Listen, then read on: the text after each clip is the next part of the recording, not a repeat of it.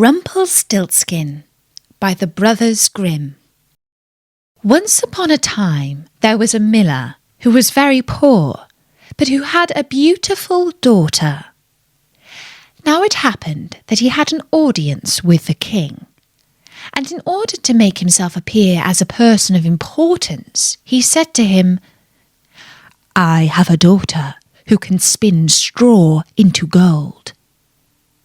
The king said to the miller, "That is an art which pleases me well. If your daughter is as clever as you say, bring her tomorrow to my palace, and I will try what she can do." And when the girl was brought to him, he took her into a room which was quite full of straw, gave her a spinning wheel and a reel, and said, "Now set to work. And if by tomorrow morning early you have not spun this straw into gold during the night, you must die." Thereupon he himself locked up the room and left her in it alone. So there sat the poor miller's daughter, and for the life of her could not tell what to do. She had no idea how straw could be spun into gold, and she grew more and more miserable, until at last she began to weep. But all at once the door opened, and in came a little man, and said, "Good evening, Mistress Miller. Why are you crying so?" "Alas," answered the girl, "I have to spin straw into gold, and I do not know how to do it." "What will you give me," said the mannikin, "if I do it for you?" "My necklace," said the girl. The little man took the necklace, seated himself in front of the wheel, and whirr, whirr, whirr, 3 turns, and the reel was full. Then he put another on, and whirr, whirr, whirr, 3 times round, and the second was full too. And so it went on until the morning, when all the straw was spun, and all the reels were full of gold. By daybreak the king was already there, and when he saw the gold, he was astonished and delighted. But his heart became only more greedy. He had the miller's daughter taken into another room full of straw, which was much larger, and commanded her to spin that also in one night, if she valued her life. The girl knew not how to help herself, and was crying, when the door again opened, and the little man appeared and said, "What will you give me if I spin that straw into gold for you?" "The ring on my finger," answered the girl. The little man took the ring, and again began to turn the wheel, and by morning had spun all the straw into glittering gold. The king rejoiced beyond measure at the sight, but still he had not gold enough, and he had the miller's daughter taken into a still larger room full of straw, and said, "You must spin this too in the course of the night. But if you succeed, you shall be my wife." "Even if she be a miller's daughter," thought he, "I could not find a richer wife in the whole world."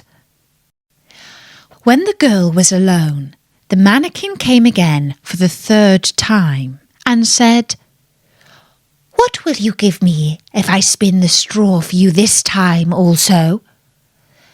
"I have nothing left that I could give," answered the girl. "Then promise me, if you should become queen, your first child." "Who knows whether that will ever happen?" thought the miller's daughter, and not knowing how else to help herself in this strait, she promised the mannikin what he wanted, and for that he once more span the straw into gold. And when the king came in the morning and found all as he had wished, he took her in marriage, and the pretty miller's daughter became a queen. A year after, she had a beautiful child, and she never gave a thought to the mannequin. But suddenly, one day, he came into her room and said, "Now give me what you promised." The queen was horror-struck and offered the mannequin all the riches of the kingdom if he would leave her the child. But the mannequin said, "No, something that is living is dearer to me than all the treasures in the world." Then the queen began to weep and cry, so that the mannequin pitied her. "I will give you 3 days," said he. "If by that time you find out my name, then you shall keep your child." So the queen thought the whole night of all the names that she had ever heard, and she sent a messenger over the country to inquire, far and wide, for any other names that there might be. When the mannequin came the next day, she began with Caspar, Melchior, Balthazar, and said all the names she knew one after another. But to every one the little man said, "That is not my name." On the second day she had inquiries made into the neighbourhood as to the names of the people there, and she repeated to the mannequin the most uncommon and curious. "Perhaps your name is Shortribs or Sheepshanks or Laceleg." But he always answered, "That is not my name." On the third day the messenger came back again and said, "I have not been able to find a single new name, but as I came to a high mountain at the end of the forest, where the fox and the hare bid each other good night, there I saw a little house, and before the house a fire was burning, and round about the fire quite a ridiculous little man was jumping.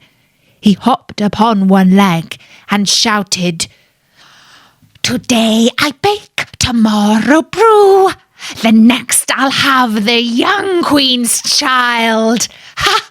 Glad am I that no one knew that Rumpelstiltskin I am styled.'"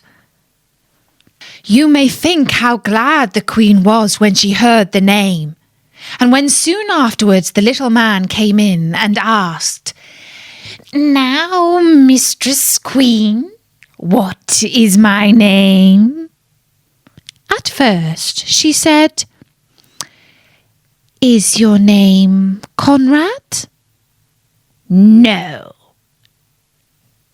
"Is your name Harry?" "No." "Perhaps your name is Rumpelstiltskin?" "The devil told you that! The devil told you that!" cried the little man, and in his anger he plunged his right foot so deep into the earth that his whole leg went in, and then in rage he pulled at his left leg so hard with both hands that he tore himself in two. And that was the story of Rumpelstiltskin by the Brothers Grimm. Please like and subscribe to my channel and press the bell icon to get new video updates. Bye bye!